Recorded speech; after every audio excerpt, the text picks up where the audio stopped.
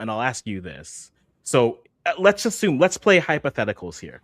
Let's say the goal that Senegal scores isn't disallowed, right? Mhm.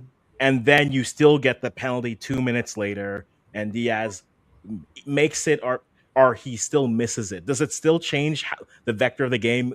You're still looking at it the same way, or it is a little bit differently for you when you look at it I that way? think if the Senegal goal was given, then the penalty wouldn't be a big issue because Senegal already 1-0 up. Mm-hmm. But I think you'd still see people like get pissed off. Mm-hmm. It sucks because I thought El Hadji Diouf was the best defender all tournament, like by a mile. And that one mistake is gonna like haunt him now. But I don't think I think they would probably give it. It'd be a weak penalty. We've seen weaker stuff happen. Yeah. But when you look at the whole game, Senegal were better. Like just for people need to understand, like Morocco are, even though Senegal won and Senegal have their number now twice, but Morocco is still probably the best African nation. Yeah. And to beat them at home in a final, Senegal, you just have to give them credit, man. Because that Pap Gay shot, there's nothing you could do. And he almost scored twice. Same kind of shot too. But like I said in the on Blue Sky, like this is karma. Like the way that Morocco was acting leading up to the final with all the security issues and then leaving so few tickets for the business fans. I'm like, that's what you get. Like this team is too good to resort to just being petty like this. Like you're that good, just go ahead and just play the game. And I felt like the longer this went on, because it kind of reminded me of when France lost in the Euro 2016 final. I'm like, sometimes you just got to play the game and just let it ride and go with what works and everything. And for whatever reason, they felt that they had to go ahead and deal with the shithousery and win that way. I'm like, you're too good for this. Like right now, the momentum with Morocco, like you said, like Morocco is the best team in Africa right now. And somehow they thought that even with hosting the tournament, even with going to the final, they had to go even further to make sure they win, and it bit them in the ass. And I did mention that I think you have to almost look at the whole entire tournament to see how the final was. Every single thing that people have complained during the group stage and the bracket, we've all complained about soft PKs. We complain about the referees. We talk, and then there's all those crazy antics. And I think there's a lot of people. It's like Senegal, but Brahim Diaz, you had the PK. The whole world is watching. You have arguably probably the best goalkeeper in Africa ever, or maybe top 3. And you decide in the final of your team that has not won in 50 years, Panenka? Yeah, Panenka, yeah. You he's have to the one that put you it should be off. burning But right that's now. 30 minutes of thinking. No, Yeah. but no. He was trying to be disrespectful. Yeah, he that thought he was was just cute. Yeah, he tried to think. He was like, Absolutely I can show you guys I'm a level higher. I played for Real Madrid. Doesn't realize that Mendy's won a Champions League. Like Yeah. there's levels to this. Exactly. Like as you said, Mo, I'm not Senegalese. Mendy is the best goalkeeper of all time of all time for Africa. African best goalkeeper. Yeah, There's at no least doubt. his trophy cabinet. No one Yeah. can touch him. Yeah. Yeah, no one can touch it. You have now you have AFCON, you have the Champions League. He's still a top keeper. Like, and he's young. That's another thing. So he still has. He should still be in Europe right now. That's the crazy part about it. Yeah, of course. It's the whole money thing. But and you mentioned, I think one thing that we also want to give credit to Saudi Arabia and all that league is that if you watch a lot of these players that were in Europe and then decided to go over there a little bit, they almost have a second life. We're talking about Mane, second life. Mendy, second life. Kolo and Kante, France, second life. And there's a whole bunch that are playing in the AFCON at this moment that play there and have been top. So I just wanted to give that one shout out because we give them too much trouble. I know there's quite a few Americans here and Canadians, but can we be honest? the Saudi level is definitely higher than the MLS because all these kids have come in. No, because you rarely see this. You rarely see people go to like I remember when guys went to the Chinese league, their level dropped. When people go to the MLS, I remember seeing what was that guy who went to Toronto FC at Akwasi and bagged goals? Giovanni, the Italian guy. There were two of them. There were Jovinko and the one that just Jovinko. You're thinking Jovinko. I think Guenzati was the one who just left. Yeah. I was thinking Jovinko because he went in and bagged goals at Toronto FC every single season. He came back to Europe and couldn't do anything. But I know if Mane goes to a European team, I think he still bags goals. I think there's clear quality in the Saudi league that has been showcased in this tournament because it's not just Morocco. A bunch of Egyptians play for teams like Al Hilal. Nigerians, there's a bunch of them who play for all the top teams in Saudi Arabia. So but they're paying for guys who are still largely within their prime. They're not just buying over guys that are like slightly past it or past it. Like the you can argue that the floor is lower, but as far as the guys who are coming over from Europe and Africa, those guys are still very much in their prime and still carrying that standard when they go over there. Because it's not just treated as a vacation, as some people try to say the case is with MLS. I'm like over there, they're still like, hey, we're paying y'all a lot, so y'all got to still bring it. So there you go. And I think also the culture, not to hate on the MLS. I live in Canada. I'm neighbors with the Kwasi. Yeah, but I think there's two of us that follow.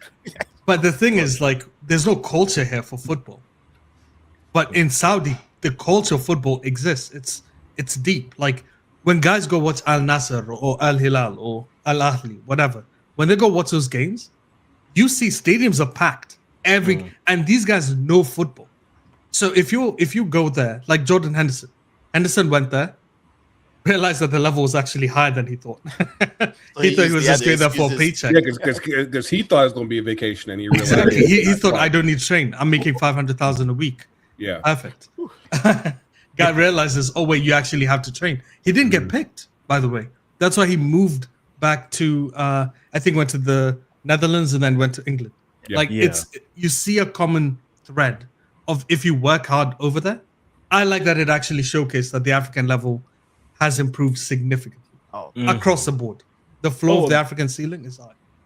I would agree. And I think the thing we've seen in the last two AFCONs is this AFCON is the AFCON for the big names. Like this was we don't care if you're an emerging side. No, dash away. You're giving you two, enjoy it, and then we're moving on to the next. This was the tournament for all the big names that were present. For them to come out and say, hey, this is who we are. Like a team like Nigeria did so much to improve what was their brand and what they were before in this tournament. You saw Senegal. Again, it feels like I'm saying it's quietly, but it's really not quietly. They've been the best African team consistently. Morocco right now has elevated themselves to that level. But then I didn't think we would see. I was surprised by what we saw from the Algerias there. Tunisia kind of did what I thought they were going to do. Egypt somehow making it to the semis was a choice, but hey, when Marmoush decides to show up, hey, you guys you have two wings that can do things. Yeah, I'm seeing the debate in the comments as far as like who's the best African program, and I would say like especially if you consider not just the senior team but also the youth national team, and I think Morocco just recently won the U20 World Cup. Yeah, the U20s, yeah. And I'm like, that program is like, clearly you could tell that they have an aim clearly for 2030 when they're co-hosting the World Cup. Mm-hmm. They have aims for that. Like you just said, like this AFCON, I feel like this was like a murderer's row of teams, because like when we did our we last recorded at when the quarterfinals were about to hit, and I was like, all things considered, it was like I was hesitant to say that Morocco's made the final because they're the home team, but I was like, you really like the picks were thick. Like it wasn't just an obvious like, okay, like this team is clearly going to beat this team. Because I felt really good about Nigeria. I was like, Nigeria, the way they were looking going into the knockouts, I was like, they could do it. And of course they ended up making it to the semifinals. I feel like they're probably going to be riding a lot of momentum now that they're going into the playoff in the next month or two. So, but yeah, like right now it's like Morocco, Senegal. I think Egypt definitely made a strong step forward because I feel like they kind of been like kind of floating for the past couple of years, and Ivory Coast, Cote d'Ivoire, yeah, they look like, man, and even Cameroon, like for all their drama, like they were still pretty solid this tournament. Max is trying. He's really trying to get me, huh? Listen, you guys can have your conversation later. There's a question he does ask. Hard. There's a question he does ask, which I think is a fair question to ask. Because Mo, you kind of got something you wanted, which is you get the African champion is going to the World Cup, right? We avoided that because let's be honest, the only thing that could have ruined that would have been Nigeria, which would still have been a good story for them on a redemption arc. But when you look at Senegal, like based off what you saw here, what's their ceiling heading into the World Cup, you think? And like I'll give you the floor, but then after you, everyone feel free. Like I'll pull up the groups in a second here, but based off what you saw at AFCON, do you think this improves, hinders, kind of stays the same for what their ceiling at the World Cup is? For which team? Senegal right now. I think for me it's hard to use AFCON performance to determine how they're going to do during the World Cup. Because the World Cup, you're facing different teams, different culture, different way of playing. Mm-hmm. African teams, if they're less skilled than you, it will make sure that you probably go home with some missing limb. If you play against European team, that means you'll have to be more tactical, right? And then Brazil and others. So CAF is like on its own almost to determine. Because, and then if you think about it, at this moment, Senegal, if you watch the team, like on the stream, only 3 of the players played in the one that they won in 2021. This is a brand new set of kids, technically, that are playing. And then if you look at it, is that they all play for top 3 leagues in the world. A lot of them are. You had starters in the Senegalese bench that starts in Europe, right? So there's still that change of guard that's currently happening. That's why they almost played it sort of safe, right? Winning 1-0 or comeback, so it's hard for me to say that the momentum they're taking from this CAF on there, but I wouldn't be surprised if they get out of the group maybe in second place and then maybe the quarterfinals, and then depending on who they face next. African team typically, if they play against European these days, they do a lot better, right? They keep on saying, Morocco is the best African team. Has Morocco beat England? No. Has Morocco beat Brazil? No. But have they had a chance to face them? That's the thing. Yeah. But they made the semifinals of the World Cup. But who are the teams that European teams want to play against to get themselves ready for the World Cup? Who just called Senegal and asked them, can we have a game against you guys so we can prepare for the World Cup? Who called them? Okay, I'm stopping you there because that's who you want to play to prep for the World Cup is a different conversation to what your ceiling is. Because someone's going to say, I want to play, England could say, I want to play Nigeria because why? Because we got the Nigerian population in London. We have wherever you want to play. We'll make. But like, I don't think that's a fair enough statement. I get the point that you're making in terms of, hey, there's more of a attraction to it in that standpoint. But who you want to play prepping for a World Cup doesn't really matter. That's like saying, oh well, a team wants to play Bahrain because they're playing in Qatar. That means clearly. Well, that's different though, because you don't pick the top team. I also do want to say, just so we're clear, Morocco did beat Brazil. In friendlies. They have played in 23. They played each other. Yeah. By the way, Mo, you know I'm Kenyan, but I'm Senegalese by heart. I actually love Senegal. Okay, like I'm a massive Senegalese fan. And I agree with you. I actually think there's more quality in the Senegalese bench than any other African nation. And by the way, it's not close. There are players that weren't even selected that I would take right now. We have like there's a player called Auli. I'm sorry, I don't know how to pronounce the names. He plays for Trabzonspor. Well, Dow also was injured. And I told African, the Senegalese Federation shortened the list of players that were allowed to. I think AFCON, you were getting like 26 or something. Yeah. The Senegalese Federation says, no, you can only have like 22. There's 4 guys that were waiting for someone to get injured to get in. And we're talking elite players. Yes. I'm going to go on the neck for you because I know you're afraid of saying this. I'll say. Uh-oh. I think Senegal move far. I think Senegal, here's the thing about Senegal. They have a lot of good players. They're all young though. Like they're young. So you have Lamine Camara, Monaco, great player. It's actually interesting. Pape Gueye failed at Marseille and is playing amazing at Villarreal. So I think throughout the season, you're going to see a lot of players go up and down. Like Nico Jackson, great last year at Chelsea. Let's be honest, not doing that well at Bayern Munich. He is scoring, but he's not that good. Mane, let's be honest, Ndiaye should take over. I think Eleman is good enough. But you lose the leadership of Mane. But like all these players we're talking about, I think by the end of the European season, going into the World Cup, it's going to be interesting to see how many of them still maintain this level. We have another like 40 games-ish of the European leagues to watch. So it'd be interesting to see that. But I think Senegal beats almost any country in the world. I don't think there's a country that you can clearly say is better than them. None. I don't think it's as easy as you think.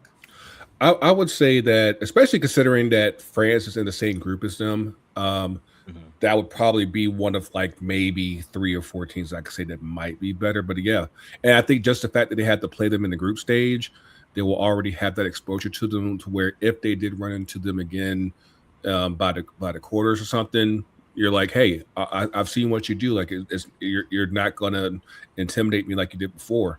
I would easily say that it's so tricky because, of course, with this World Cup, because there's so many teams, like you also have to factor in that there's a third place team as well that also could get in.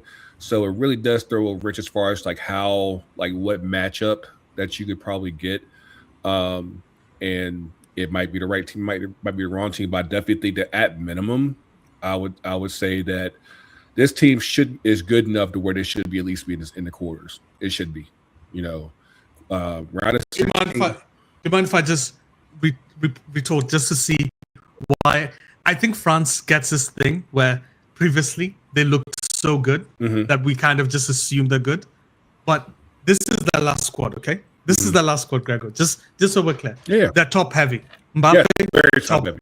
Top heavy. Mbappe, crazy good. Ryan Cherky, crazy good. Ekitike, sure. Let's look at the midfield. It's Kefren Thuram. It's Zaire Emery. Kefren's a good player. I love Kefren. Zaire Emery isn't playing for PSG. Okay. Then we go to the defense. It's Theo Hernandez, who's at Al Hilal. Lucas Hernandez, who doesn't play for PSG anymore, because Pacha's playing. Saliba, great for Arsenal. Konate, poor, extremely poor for Liverpool. Koundé at Barcelona, good player. Upamecano, mid. Digne, mid. Malo Gusto struggles at Chelsea. The goalkeepers are Chevalier at PSG, who's poor. I honestly would take Senegal against them, and I'm not saying that because if they play up to their level, yes, and that's the thing. And I know Mo's struggling here. I don't like that conversation. No, because I look at. I'm not kidding. Whenever I look at like, we tend to put a lot of like weight on people's names as opposed to how teams play. Yeah. Like. I think that's true. Yeah, like when you look at Mbappe, Mbappe's been playing well for Real Madrid. Have you been seeing how that team plays? It's poor because they have to maximize it. And I think if the way Senegal have played, where it's a team game as opposed to players going 1v1 marking, right? I actually think you have a really good chance. I'm not saying you beat them like convincingly. I think it's going to be a hard game. A win's a win. Just win. A win's a win. I'm backing Senegal, by the way, just so you know. Like, I actually like this. I'm staying away from that conversation. Because like I can't. But people do like they get scared of the name and that like who's actually on the pitch, and like just because it's France doesn't mean that they can't be beaten. And in this case, Senegal definitely has the talent to beat France. It's like it's just a matter of will they play up to the moment and step up. Or will they say like, okay, no, it's France? That's why I'm like, if they run into them again in the knockouts, like you've already seen them once, so the fear should be over. So go ahead and go for it. But of course, that could already happen in the group stage, and you already could see that hey, they're mortal, they're humans. You got to beat they got to beat y'all too. So there it is. I'm going to ignore your chat. I think one of the real benefits for Senegal in this tournament was Mane's presence. Obviously, he's a quality player, but I think the experience and mentality and leadership he has, like you saw him like after he got the goal, in the semis, and he's telling everyone like lock in, let's even after they won, he's like it's not done. He's bringing guys back out onto the pitch. I think like having a player of that quality. Like with Messi, right? You see it with Messi. Like remember for years, Messi was a great player, but he didn't have that like leadership quality that brings teams to the next level, that makes teams want to fight for you. The reason, like it's funny because Messi's played long enough that like a whole generation of footballers have grown up watching him and adore him. And he's going to carry them probably to another final, frankly, because how can you duplicate those circumstances? Ronaldo almost kind of has that at Portugal, right? He's almost kind of lifted up a whole generation. Like, but it's not quite the same effect. But I say that to say when you have a player that has quality, but then also that kind of leadership where players want to fight for you, want to die for you, that's a difference maker. That can be the difference maker in a match. And I don't know that, like, I don't know that Morocco had that kind of player. They have quality. Obviously, they have Hakimi, they have Diaz, players who put the ball away. But that level of leadership, especially in a World Cup, to bring people together and be like, hey, let's dial in. And I think the challenge for Senegal maybe is I think the World Cup is all kind of about like momentum, right? It's like, are your players rounding into their primes at the right time? All that kind of stuff. Are you coming off of wins and everything? So you guys know Senegal much better than me, but it's almost kind of like this transition where you have like a lot of good players coming up, and then you kind of have, again, a leader like Mane kind of rolling off. So it might be more of a transition, or it could be one of those where it's like, okay, this is kind of like our last rally. Let's make a go of it. So I could kind of see it going either way with Senegal in that sense. It's weird because a lot can change in 5 months. Like you said, a player who's in form, so much can change. So much can go on a loan and be out of form. I think definitely they're one of the teams to watch. I would put them in like firmly in like the second tier. Like if you have that first tier of guys that can win it, that can make finals, and the second tier is those teams like United States, Mexico's, the Norway's or Switzerland's kind of the world. I think they're definitely at the top of that group, in my terms. That's fair. I mean, I just realized we spent about an hour on all things Senegal. I'm like, I mean, hey, they won. They won a championship. Hey, winners get to talk, I guess. Good for you guys. That part. They're trying. The chat's trying very hard. At least you guys got to play in it, okay? At some point, Ghana will qualify for a continental tournament at some point. I do miss Ghana. I'm loving all that conversation. Somebody say South Africa can beat Senegal. Okay. Somebody said Morocco is value more money than Senegal. Okay. Market value is And somebody says that Senegal, and they said Senegal's system is bad. I mean, if you tell me that three kids that were 6 months away from making the French national team going to Senegal instead of France, and you're telling me their system is bad, my apologies, but maybe you have not watched enough soccer. Because Ibrahim Mbaye is so good. Like he doesn't know. Like the kid just won 7 trophies with PSG and Senegal. Didier, and I'm a French guy, right? So I follow both. Those are my two teams. Sarr that just replaced Koulibaly, right? Mm-hmm. He was supposed to be on the bench for the World Cup. He turned them down. Didier Deschamps, the coach of the French national team, was pissed off when he heard those two guys decided to go to Senegal. We're like you guys are talking about. I understand that Morocco is the blueprint at this moment. They did well in the last World Cup, right? And yes, infrastructure. The small guys, the under 17 has won the World Cup. We could say the same thing about Mali. Mali has performed exceptionally during the youth tournament. Have they done well during the senior? No. No. Senegal has won Chan, right? The last one before they cancel it. Some of those guys are now playing with the first team. I understand people are mad about Senegal winning, but if the disrespect by saying that their system is bad and that the US why is someone upset that Senegal won? That's what I don't understand. Unless you're Moroccan. If you're Moroccan, I get it. Like, but also, fair, you were giving fair. If you're Moroccan, you do not look at Senegal and be mad. No. There's one guy that you need to turn around. And yes, we all speak French, and I know some are Arabic too. And trust me, Senegal is not the problem at this moment. Somebody would referee handed over to you the game, and you disrespected your whole country, the goalkeeper, by doing that. Senegal did their job. And yes, the walk out was not right. I understand that part. The whole world is watching.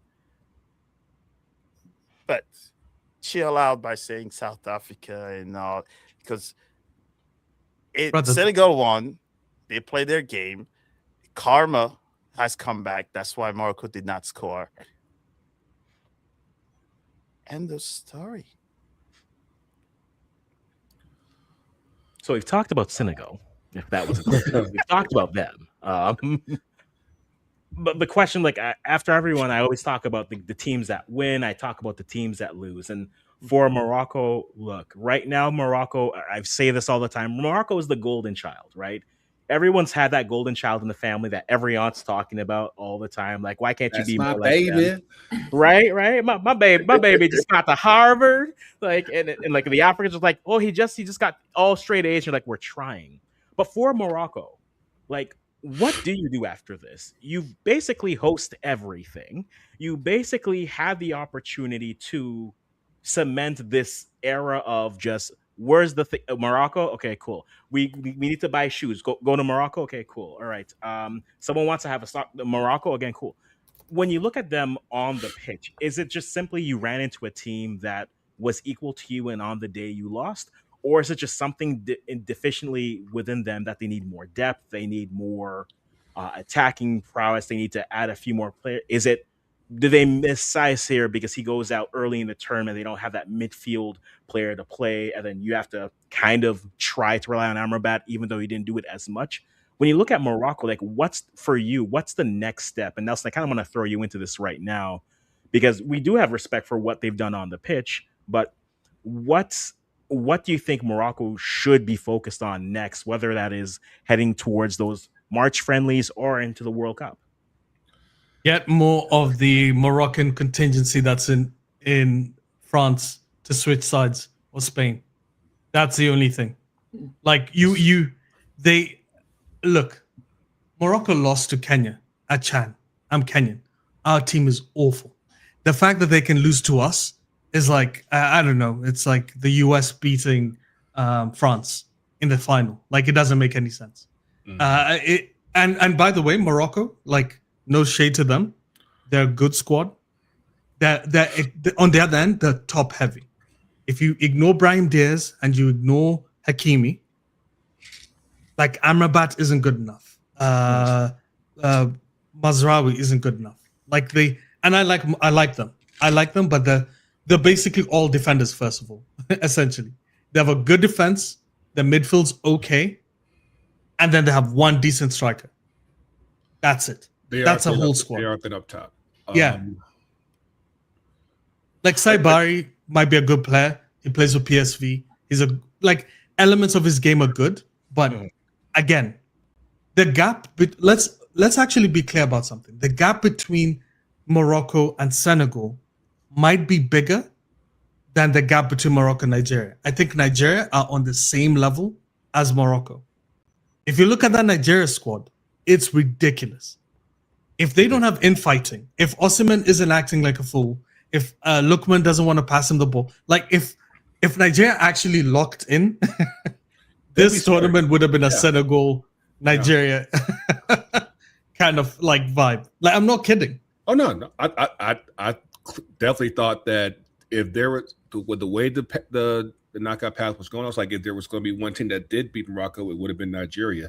Yeah, and like we said before, like so many things can change over the next few months, and I feel like definitely in Morocco's case, like I hope that they temper their expectations, because it might not be another semifinal run this turnaround. Again, I think that everything's looking toward 2030 and getting everything ready for that.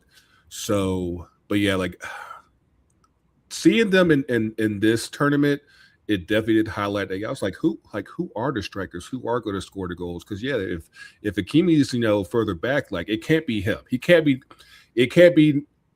Alphonso Davies for Canada. He can't be that guy. But they need to find out who else are they going to find goals from. If they can figure that part out, they can make the quarters. If not, I think they're probably round of 32. I have an answer. Anyone else want on this before I jump into this pool? For Morocco? I kind of had the same feeling. Like I'll be quick, but yeah, I kind of had the same feeling that with Morocco, I don't feel at a World Cup level. Like I don't really see the depth. I think, like you said, they were kind of everyone's darling in 2022. But even then, I kind of felt like, yeah, they're probably. Everyone does those runs. The U.S. had a run like that. Who was it? Costa Rica had like a crazy run in 2014. And it's always a question of like, is it going to be a sustainable thing that a team can build on? Is it a sign of they're getting like long-term better or not? And yeah, like I wasn't that impressed with Morocco in this tournament, in the sense that like I didn't see them really put teams away. And we understand that, right? World Cup is different. It's a very tightly contested region as well. So you're not gonna, but even in this match, right? Like you said, like I didn't feel like they were consistently threatening. I don't think you feel like they controlled the game. So I always try to think of like, when you're at a World Cup, what's the thing you can do? So I'll bring up the U.S. Like when the U.S. was good, they had like Landon Donovan, and it's not that he was like a world-class player, but he was super fast. He was like one of the best counterattacking players. And I feel like as a team, when you can build around something that's unique, like there wasn't a player that could play like him.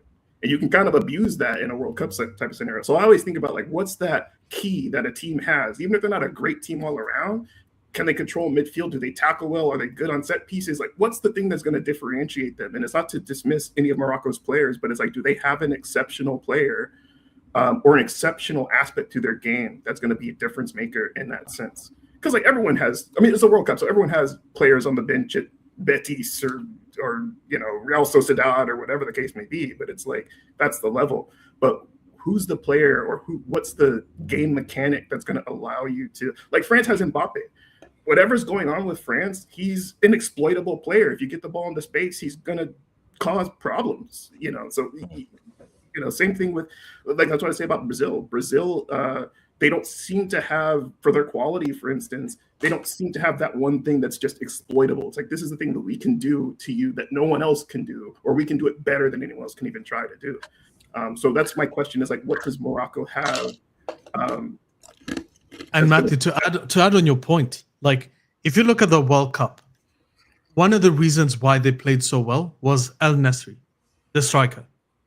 Mm-hmm. If you have a 6'2", 6'3" striker with ridiculous physicality, like of course you can just toss the ball up and he'll win maybe 40% of the chances. Yeah. And that's enough. That's literally how they won. They won a bunch of games. They'll hit you with physicality. The defense is rock solid, and they have one or two decent players. And now the issue is Nesri's old. He's not even starting for them anymore. Like, that guy's gone, and they haven't been able to replace him. Diaz could actually end up. I actually like Diaz this tournament. I think he was a good player. Panenka, ignoring that Panenka, like he actually was a good player. Even in that game, I think he was a good player. But in the World Cup, there are too many elements because there are going to be injuries as well. Like Hakimi came back from injury just so that he can play for Morocco, right? Like that's a factor. A lot of these guys are Senegal's team. I'm hyping a lot of these guys up. They could get injured. So anything can happen between now and the World Cup. It's too big a time frame for us to heuristically decide what's going to happen because we don't know what the big sides are going to happen. Like I know Mo. I understand why Mo didn't want to say anything about Senegal because he won't jinx it. Don't jinx it. He does. He doesn't know who to support in that final. In that game. But France capitulates. Yeah, I know. But France capitulates a lot of times. They're the worst enemy. Like I wouldn't be shocked if one of these teams just struggles. You said Brazil. Like Brazil has way too many good young players, no elite current player. That's their issue.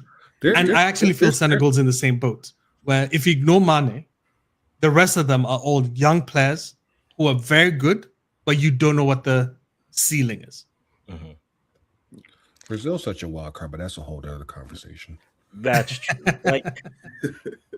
I think I like teams that know what they are, right? Exactly. And that's so key at the World Cup. Yeah, and just right. And Morocco to me is a side that at their core, yes, in this AFCON, we saw them try to be more on the front foot. They try to play the same way against every team, and they did that. And I think there's value to that. But at their core, look, they know how to shut down a game when they need to. Okay, that is them at their core. And so, yes, you may not have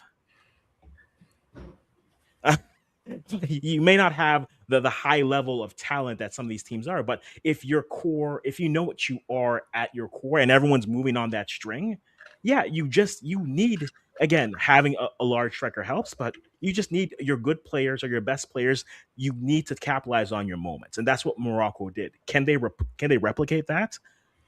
If a team is solid defensively and then you're just asking, hey, Diaz, we're not asking you to score 10 goals. We're just asking you in these moments, make them count. Hakimi, when you and Diaz on the right side, when you have your moments, make them count. We can have everything shut down. Morocco is what we think Egypt can be, except Morocco's side is just from back to middle is a lot more solid than Egypt's. Egypt's, it feels like it's just, okay, look, Trezeguet, look, Marmouche, look, Salah, please. We'll take anything from you, please. Just a goal. Hit the post. We will be rejuvenated. We'll figure it out. Feels like that in terms of what they are. But Morocco, I feel, have the talent to play that way. And I think in a tournament where you just need to survive and advance, I don't need 6 goals from you. If the end of the game it's 1-0, I've seen Morocco win that game. We saw them win this game at this AFCON multiple times. It's 1-0 or it's penalties. And they have, Panenka aside, they have the ability to do that. So I trust a team that knows how to be defensive a little bit more in a tournament setting than a team that can create offensively. And again, this is nothing against the Senegals or the team. Senegal can be that, but I would reduce the goals coming against you. Cool. Having Mendy certainly this helps. Bunu is a good second place option as well. And so that's why, when I look at this tournament, I've always thought Morocco probably of the African sides, I give them the edge. I think talent-wise, there's no argument. Top to bottom, talent-wise, yes, Senegal have a talented squad. But I think in terms of a team that knows who they are versus a team with a lot of offensive talent that, hey, on this game, look, Senegal could be a side this tournament. And again, we're way too far. I'm not really going to go into real predictions until March. Once I've seen friendlies before, and then we see who's healthy. But Senegal could be a side that they could beat Norway 4-1 in one game, and then they look dead against France for whatever reason. Or it could be the vice versa, right? I want to the teams that I feel who know who they are and stick to that, especially the defensive ones, I will rate higher. That's why I still like Morocco doing well at this tournament. Hey, we could be wrong. That's why we make predictions. You can come back and tell me I was wrong. I'll be here. I don't move. I will be here. But I think it's a fair point that you guys have brought up, the points around. But at the end of the day, hey, if you know who you are, play well and you're there. And you at least have a chance moving through. So I will say a couple of things about Morocco, right? And yes, I do talk about it, but just picturing them as of like for the other World Cup is, if you think about it as well, when no one knows your blueprint, you will surprise people, right? Mm-hmm. That's why we always have those teams that surprise you at the World Cup. But then, just like my team, St. Louis City SC, right? The first season, they went all out, broke all kinds of records in the MLS. Mm-hmm. But guess what? Next season, people know you, right? So now they prepare to play your style of play. Mm-hmm. Now, my question is, now everybody knows what Morocco's like. Unfortunately, African teams have now showed their style of play for the European and the rest of the world to see how they play. Can Morocco's style of play at this moment still compete with the teams that now know who they are? And can they take the success of the teams that has won trophies now on the under 17 and others?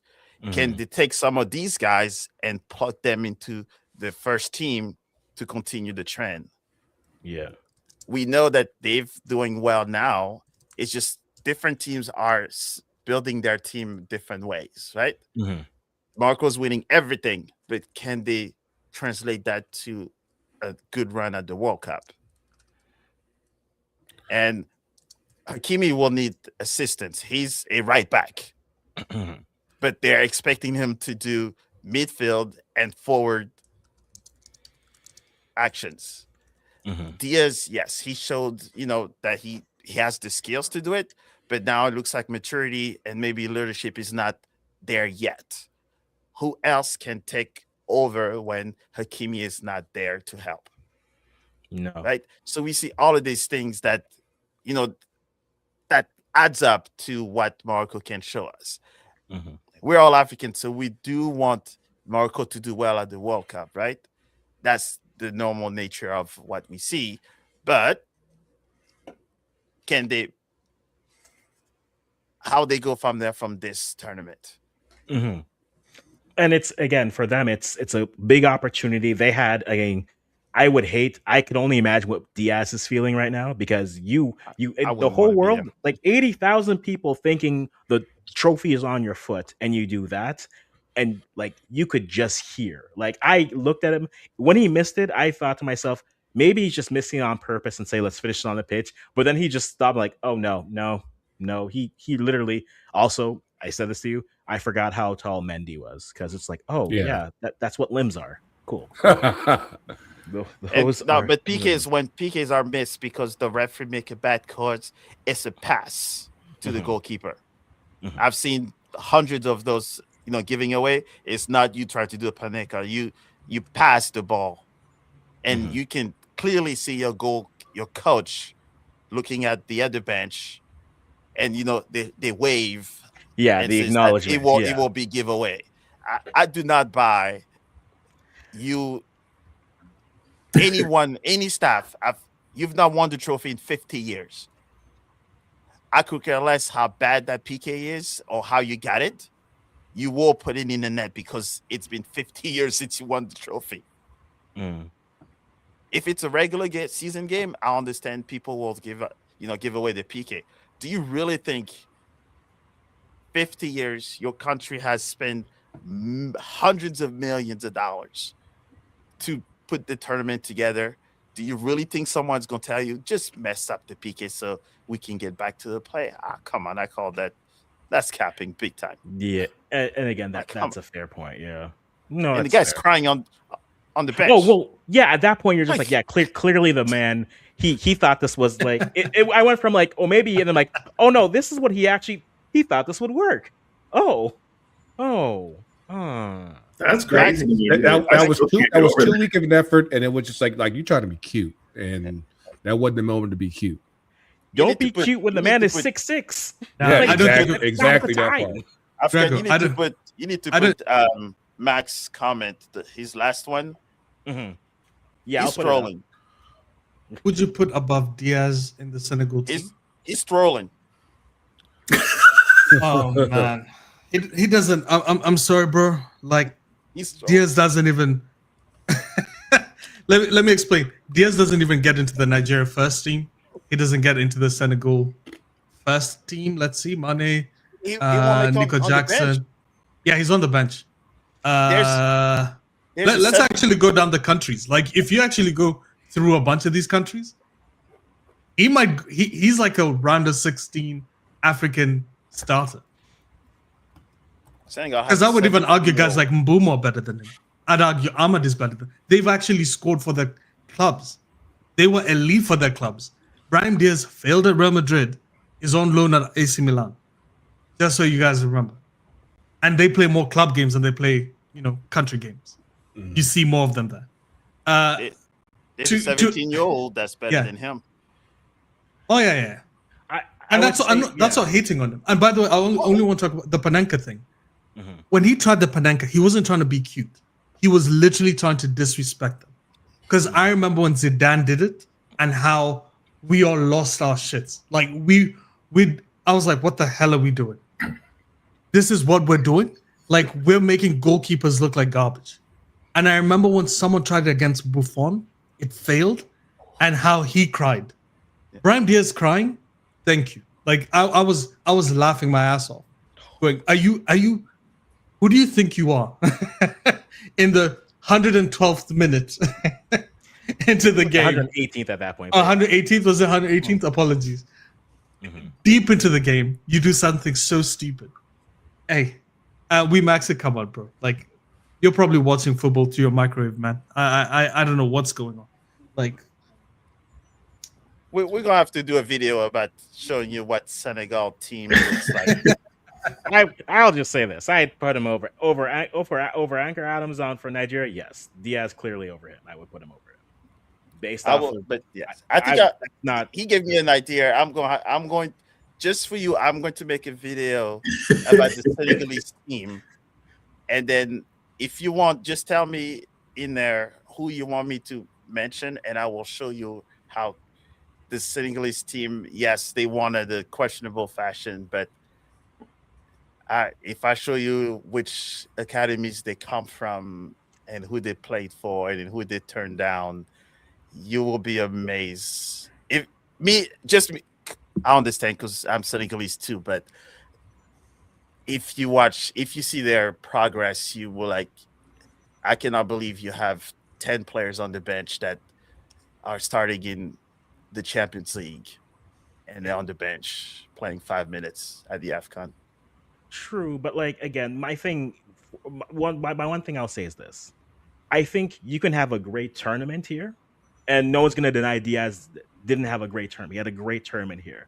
Yeah. I am someone who is always going to look at this situation and say, okay, cool.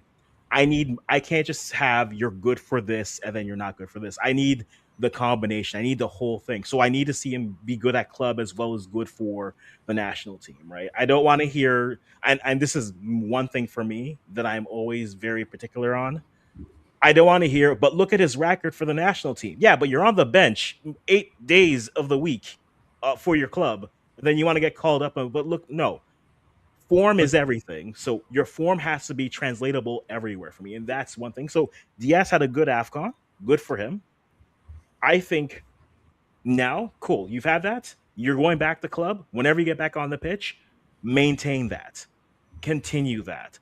Have that be consistent. Because at the end of the day, you can't be... I'm not going to look at this. I'm not going to look all of a sudden and be like, oh, well, based off of this tournament, this player is going to be now the greatest thing ever. Okay, you've shown me this in a very condensed form. Cool. Now let me see it consistently. And that's always going to be my call for players. So I think for Diaz, you are doing well. You had a good AFCON. Get over this Panenka. And now let's see this at club consistently, because that's going to matter more to your national team than what you did. Because when World Cup comes times at 6 months, we're not going to be looking back 6 months and saying, but look at what he did at AFCON. We're going to be saying, hey, Where'd that form you go? played 10 minutes a match at Milan for the rest of the year. That's not going to cut it. So he has a great ceiling. Mm-hmm. He did his thing. We cannot take that away from him whatsoever. But he will, playing 7 minutes a game will not get you even looked at by Pap Chow. Mm-hmm. So he did his thing. Marco is exceptional. Mm-hmm. I'm someone that watched Marco play. These guys that you guys are raving about, right? I've watched these guys play since they were teenagers. Senegal too. And I knew Hakimi before people knew who Hakimi was. I'm probably going to age myself a little bit, but I was also in the academy days when he was at Real Madrid. Right?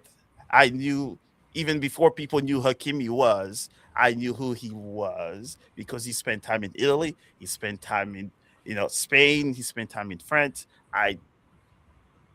It's one of those things. I think their ceiling is great. Marco, unfortunately, there is that madness that kind of blurred the whole game, because the game was great for 110 something minutes. Yes. Yep. It's just that PK and the disallowed goal, and then you put all that together of how bad those referee has been, and the non-calls in PKs and the PKs that were given. It was a ticking time bomb, and Senegal was the team that was not willing to go with it because it's a final. It's not a group stage. It's a final. And then if AFCON, us African, we all know, some people might see us talk loud, use our hands, and they say, oh, they're screaming at each other and they're fighting. They're like, no, they're talking gently to each other. They're not fighting. That's brothers talking. Yeah. No, I think that's a fair point. Just to broaden our scope here a little bit, and I mentioned Nigeria, and I'm not speaking of them specifically here, but did any teams here you find do enough or improve how you view them based off of how you saw them right before, when you get into, if you want to use World Cup qualifying, if you want to use like the last year or so, but did any team here surprise you based off of what they were able to do at this tournament? Two for me. Go. Cameroon are shocking. They are an unbelievably terrible team. Sorry, I'm just gonna. I thought Cameroon was a semi-final team, and I was completely shocked with the way they played. They got outschooled by every decent country they came across. Ivory Coast beat them. And the Ivory Coast game was rough for me. I was watching that. Remember, we talked about it. I was like, oh, I think, I wasn't a fan of Cameroon. To be fair to our friend, my half Cameroon and Kenyan friend here. But I think once Abubakar comes back, I think that's a different conversation we're having. Because they really went with a depleted squad. I think they went with, there were good players that were not chosen. But when I look at the other team, though, South Africa really impressed me. I didn't think South Africa were that good, and they are actually decent. I think if they get a striker who can who's more consistent, this would have been a different AFCON, honestly. Just stop starring Lyle Foster, please. Just stop. Let the idea die. Because listen, that's a whole rant for me with them in Nigeria in the semis last time. If they had a striker, they're in the finals. It's South Africa versus Cote d'Ivoire 2 years ago. But they have no finish. They have everything but a finish. It actually frustrates me to my core. But yes, that's a fair point. Anyone else want to jump in on that? Teams that maybe you change your perspective on them based off of what you saw in this tournament, based off what you saw before? I'm gonna say I like Mali. Mali really impressed me. how they were able to get themselves into the knockouts like that against I forgot who they played. They played Senegal, right? Or was it Algeria? No, Mali played Tunisia in the Yeah. round of 16, but Yeah, they they lost drew to Yeah, Morocco. Yeah. yeah, that was I was very impressed by them, and it goes to show you that that the times are changing for a lot of these African countries. As for my disappointment, it's still going to be Nigeria. Even though they won third place, it's still I consider it a failure in my eyes because they were ready to win that whole thing and they just squandered it in the end against Morocco. I mean, I feel like that was just home cooking. That was just home cooking.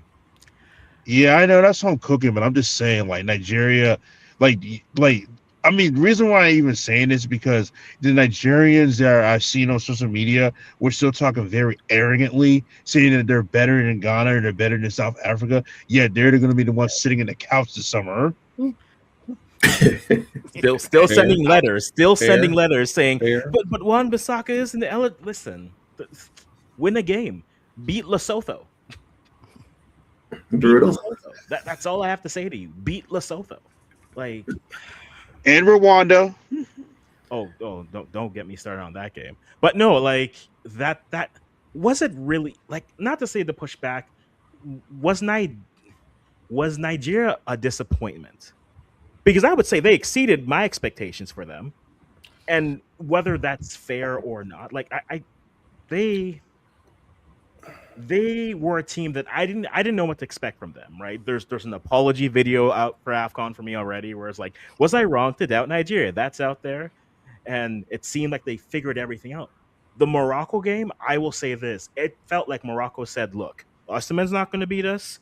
Lookman's not going to beat us. So Adams, if you want to, you're going to have a good touch, B, be able to dribble, and C, create a chance.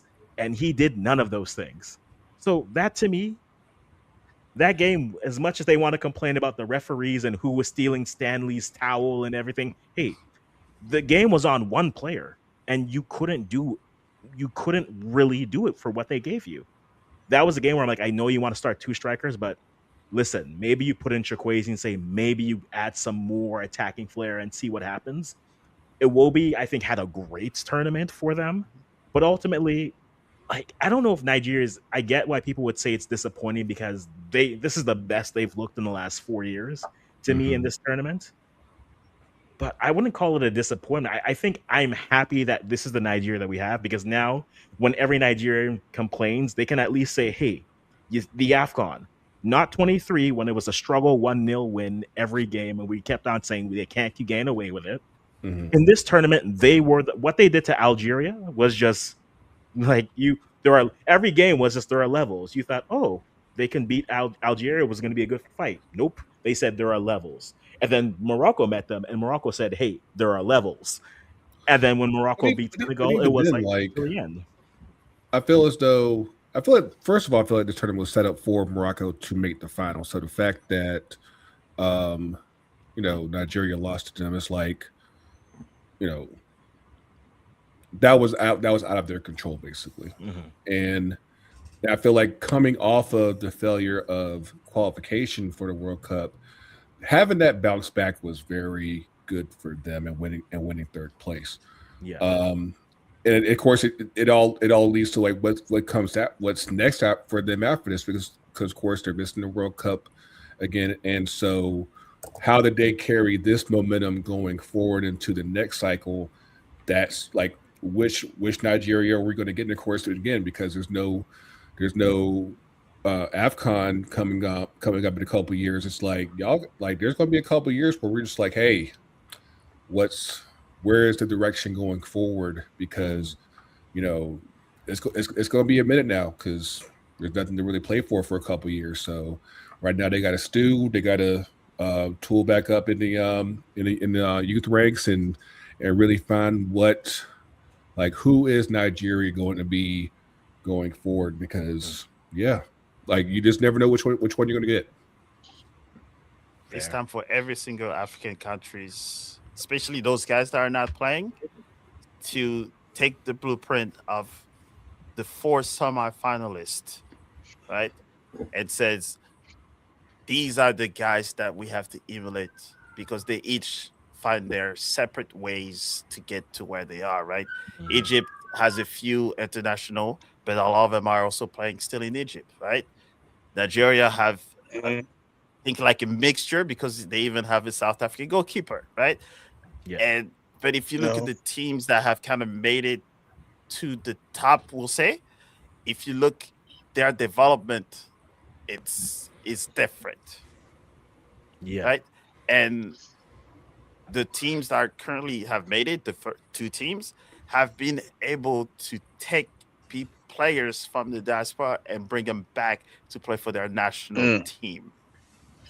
Right. If you look at those teams, they had to be able to bring those guys that their development level is next to none because they've trained with crazy federations. Yeah. Now that's the teams they have to do.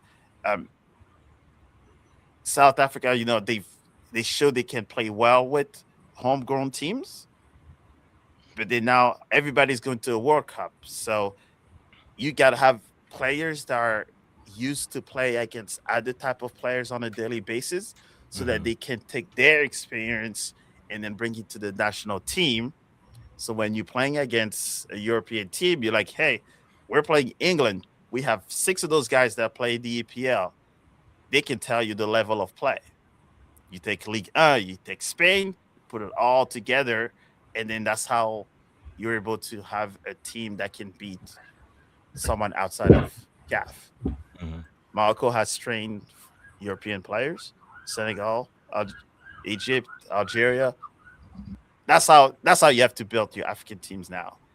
And there's no more excuse of like, oh, they want to go to Europe because it's not commercially feasible. Here's your example. Raheem could have played for Spain. He said, no, I'm going to play for Morocco. No, that's fair. True, very true. Stack them up. Build them. Yep. If you're not playing in the World Cup this summer, like they're just, I think for a lot of programs, it's going to be a lot of soul searching as far as just because again, like you don't have another AFCON for was it 2027? Okay, so hold on. It's after that it switches to 4, right? They're gonna Okay. So actually, after 28. After 28. Okay. That actually helps out a whole lot then, because at the very least, everybody should be working towards getting ready for that. Yeah, that helps out a whole lot because without that, there'd be a lot of teams kind of like doing some soul searching, but yeah, you better start look just like the US is doing. Anyone that has that little flag on their name, that baby, see. You're not wrong. You're not wrong. It's always safer to say everyone else but the US with that comment, because like, what's the comment you say? Like for Canadians, we're just like, hey, no, but the one that we're familiar with that we know. Oh, I know. But like for Canadians, you just say anyone who just likes maple. Just you got a little bit of maple in the blood. Just bring him in. Bring him home. Like, what do you say to Americans? Do you like No, we're not gonna go there. We're gonna throw that to the side here. And but that's when culturally, and I've been asked many times how I can support 2 teams to get, 2 national teams, but the thing it's part of who you are. But the problem is that even though if you live in that country, and a lot of us, it's different when you have roots. It's different when you, for sure. Yeah. You go home, you speak the language. Your parents, you go in there, you talk about it.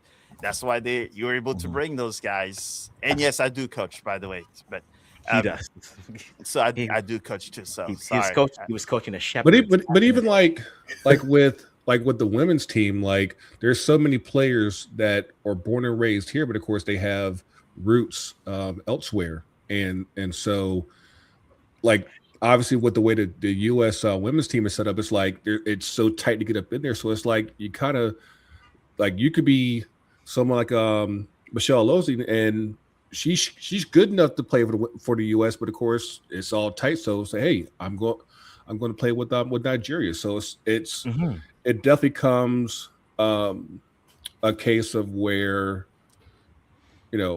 what are your options, and when you are that good, and your home nation isn't giving you the type of love that you probably should be getting anywhere else, it's like, hey, we got opportunities over here. Let's go for it. That's the thing. Hey, y'all, jump in. Keep in mind that. Keep in mind, next March will be the women's AFCON in Morocco. So that's right. I will be seated for that. Okay, my team's there. Yeah. It's crazy because the U.S. gets like both sides of that. Like, because our women's team, there's like demand, there's not enough space, and you have people actually literally, we have like spillage to like other national teams. For our men's team, it's the total opposite. We're going like Netherlands, like hat in hand, like, hey, can you guys maybe want to come over here? I mean, it's definitely a dynamic of where, I mean, obviously, given what the women's team is, like everybody wants to get up in there, and everybody wants to play, and of course, there's only so many spots for so many people.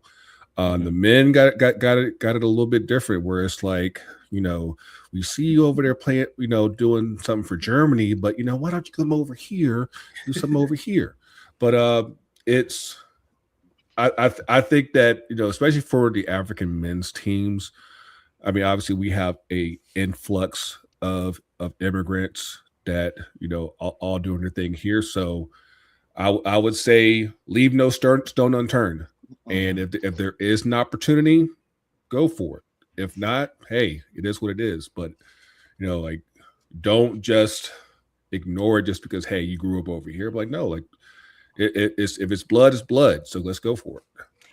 And I think that's the key thing. Like, I think when you expand the World Cup like you have, you are creating more opportunities. And you give players who have that option, you give them those pathways. Now, the key thing for teams is, and this is where I always say recruitment isn't linear. You're not going to talk to a kid one day and be like, and some kids will decide at 17, Senegal can go to PSG and be like, hey, us. But for that kid, here's the reality, right? You look at Senegal's team, it's like, okay, Nicholas Jackson, inconsistent. That's the best way you can describe him.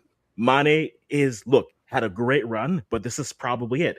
You look at that kid and you tell him there's a pathway where the front line, it's you, Iliam, and friends. This is yours, right? And it's the same thing like on the women's side. It's like, okay, yes, you could try to make like a US or a Canada or an England side, or it's like, listen, what's your diaspora? Oh, you're from there? Listen, we've needed a striker since we started. Please. Please.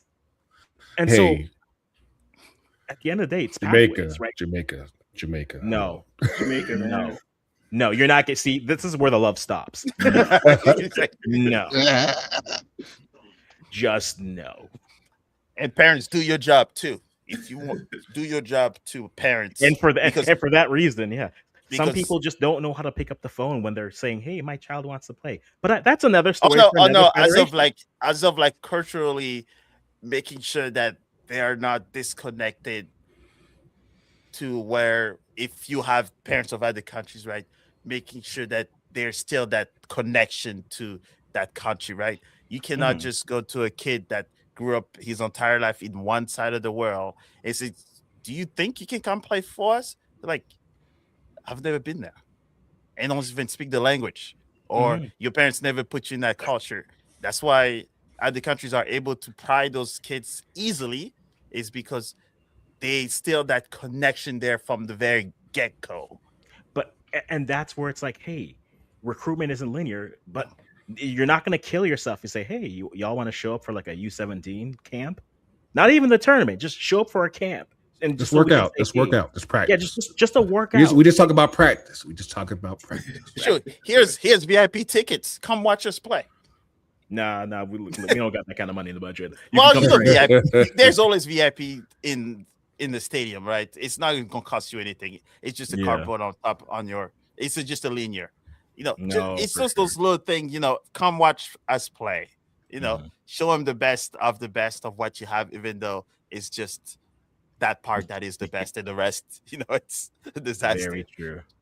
Just No, but man, sprinkle. that But yes, we coming back yeah. to the AFCON, No, like I think for AFCON, I mean, it definitely one of the best tournaments since time. We're was here fun. on 100 minutes. I am someone who's like, I don't want to go longer than a game. So like 90 minutes plus additional Oh, yeah. time, roughly Same, 6 to 7 logic, minutes. same logic. Right. Fair. So Mo, unless you want to like dispute something and leave, so that we have to spend another 30 minutes here, so that too soon? Why me? Too soon? What? Because you're Senegalese. Too soon? Not soon enough. Oh, no, okay. My You said generation, we you said win the after everything. party. After parties at Mo's crib. Yeah, Hey. after party's there, Mo. Yo, what are we eating? Senegalese jollof? We having if I that? look right, I win. If I look left, I win. I just win, dude. I might just walk around with the, DJ Khaled, and all I do is win, because no matter where I go. Another one. There, look at that. I got World Cup and AFCON. I mean, it's not bad. I got a World Cup and another one. Yeah. And if I got a PK missed in the other guy, we've kind of got, I could have got 2 World Cup too. Well, 3. If, I'm sorry.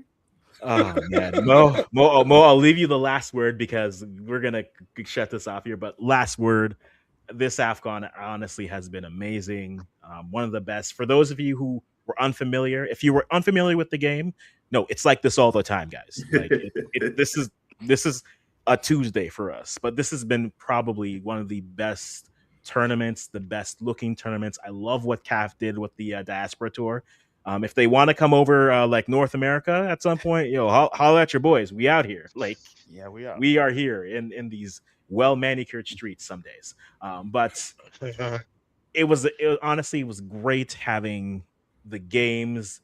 The banter was fine. As a Ghanaian, I was just sitting there watching and then like getting strays from Nigerians all the time. Like Ghana was like, I didn't say anything. I wasn't even doing anything. Honestly, we're just sitting there like Ghana would never. Yeah, because we're not there. We know. If you look in the stands, we're not even in the club seats. We're in the rafters. We can't afford it. We're there. But still, like, a great experience. If you haven't, get into it. It's a good time. I'll let you guys say some things, Mo. You can be the last word. But I think for me it was fun, because you guys also, we had our chat for the entire tournament. That kind of also made it fun. And you guys, John, on my stream, we did the whole, after the games.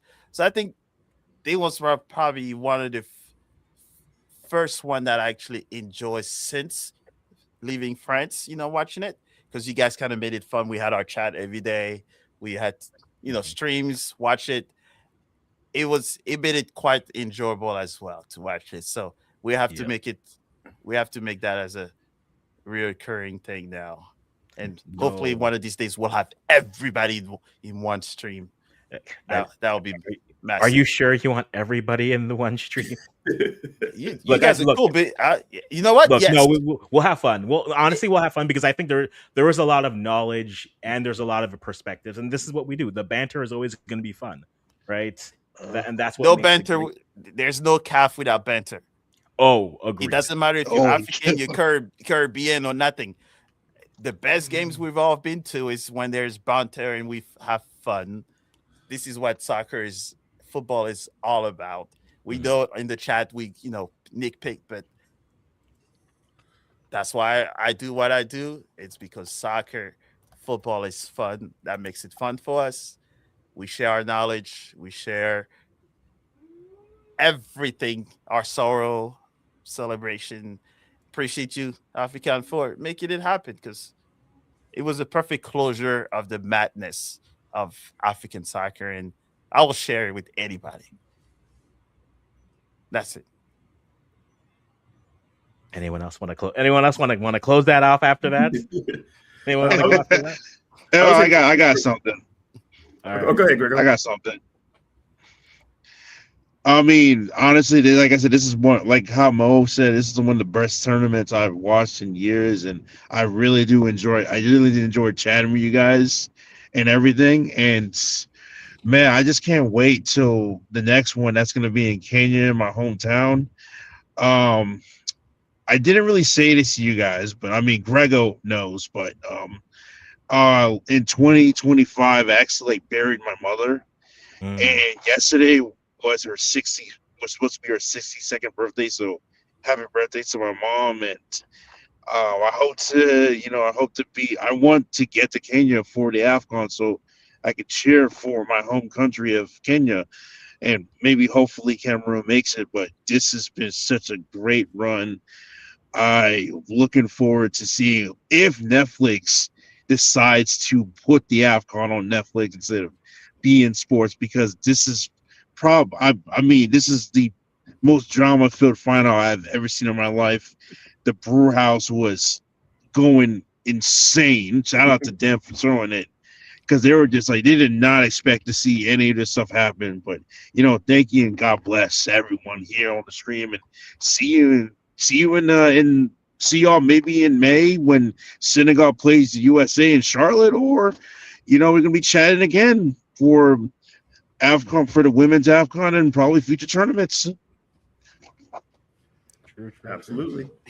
Yeah, I mean, again, I definitely do appreciate y'all inviting me into the chat and everything. I mean, I've been lots been going on over here personally, so yeah, I haven't been as a lot in this as I've would have normally liked, but like, even for what I've been able to see, like, this tournament has been absolutely amazing, and like I said on our last podcast, like, this has been beautiful to watch.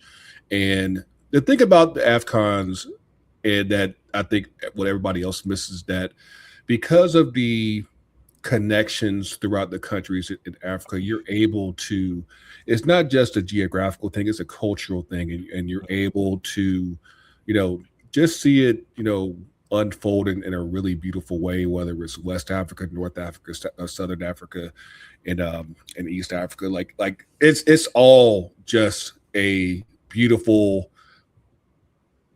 banter experience.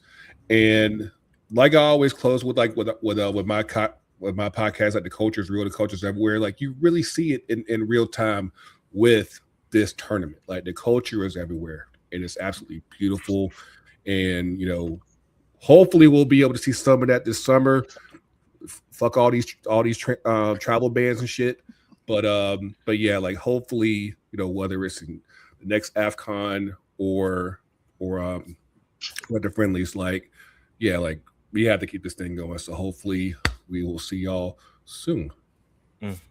No. Yeah, and just to kind of piggyback on what Gregor was saying too, about the culture, is a great point. And it's like, I've been into football for a while. You watch the Euros, you watch the World Cup, and it's funny because everyone has those friends. It's like they're like, oh, I support US and I support France, or I support US and I support Germany, and they feel this connection to Europe, right? And I feel like AFCON is that for Black Americans, or obviously African immigrants, since they have that direct connection.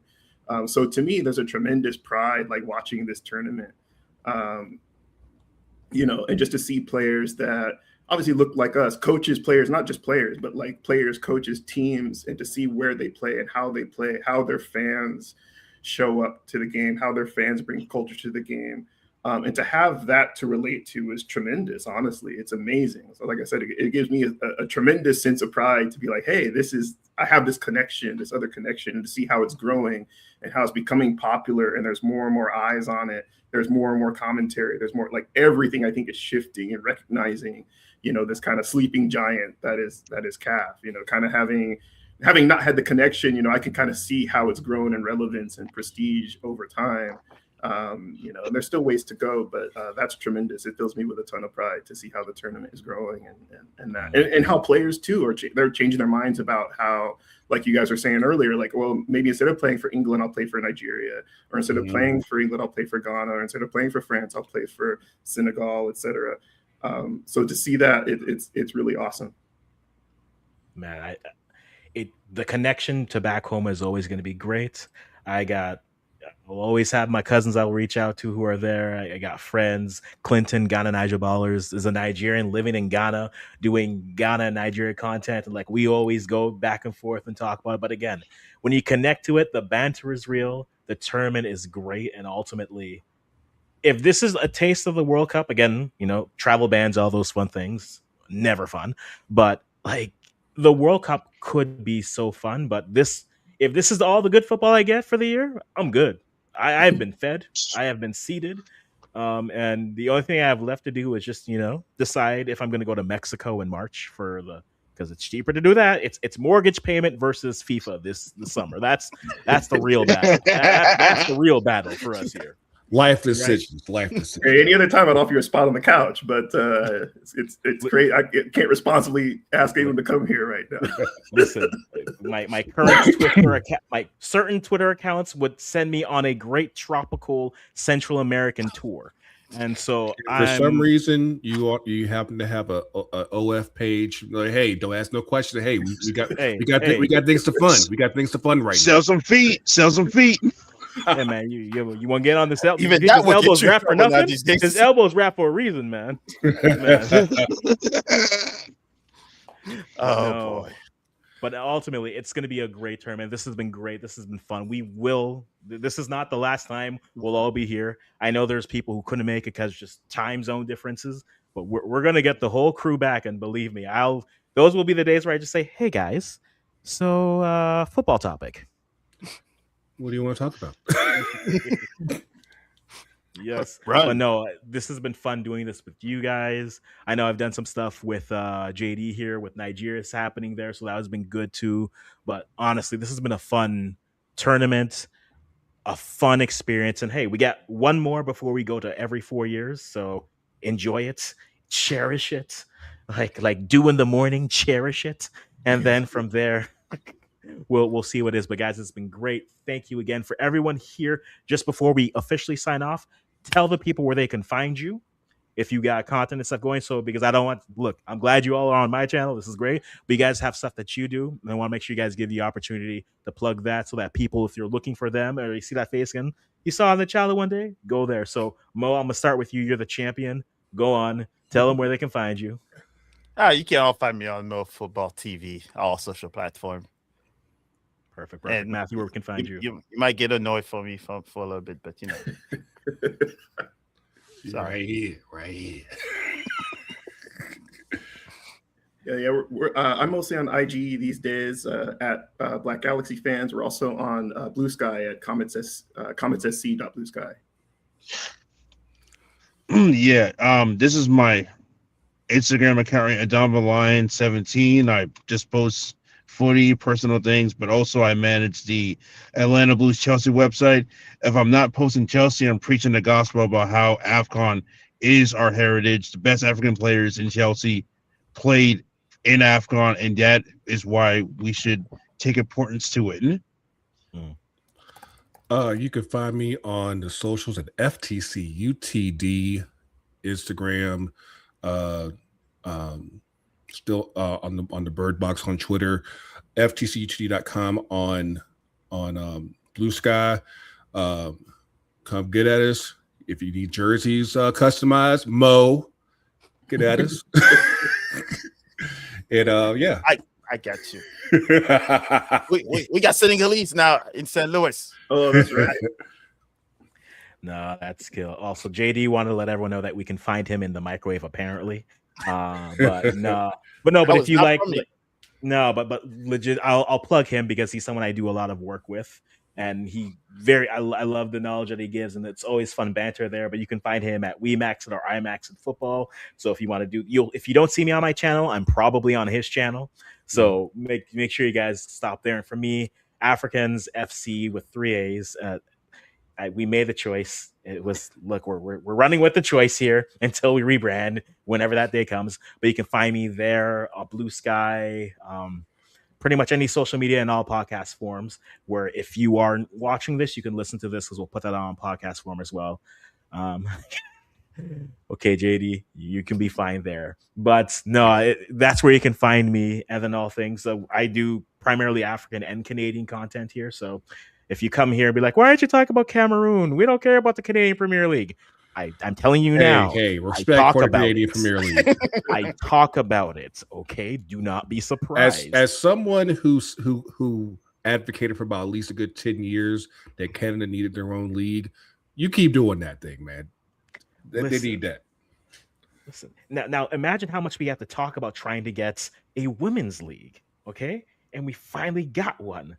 So listen, I'm Trust me, feeling that. we're here. Listen, No. I'm just Now, saying, hey, I'm if you want to following come to Canada, it's nice. It's Yeah. nice in March. I'm following We Maxi Football now. I know who you are. We max it, I max it, they max it. He's also a City fan, so if you want to have good EPL banter with him, he's a Man City man. Oh, He was doing It's a so gift good. that keeps on giving. But he's City before the money. You have, I give him credit. He's City before the money. You know. I Okay. understand his trouble because people thought that I was a PSG fan because of the money until they figure out that literally I was one since I was born. But so I feel your pain. We're together.